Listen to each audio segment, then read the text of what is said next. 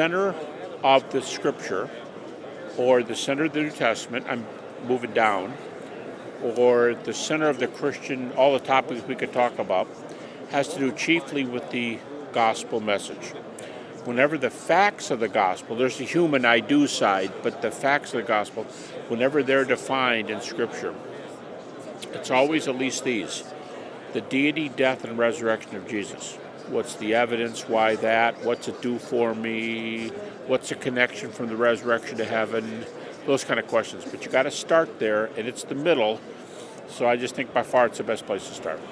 There's a bunch of theories they can, but the 5 biggies are 2 stolen body theories. The disciples did it. Anybody else in creation did it. Jesus didn't die on the cross.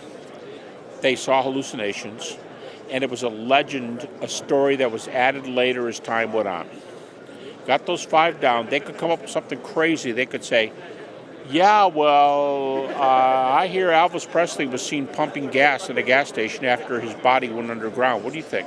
It's like, I wish I hadn't started this. That's what I think, But if you have those down, you'll be able to handle most. And a person could always say, the housewife or the business person that you're talking about could always say, well, I don't know about Elvis Presley, but that sounds like the exact case of hearsay to me.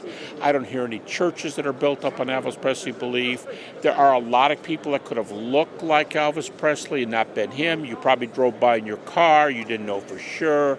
I mean, this isn't a very good case, I would say to them. But why don't you go after the resurrection itself and bring it right back to the resurrection?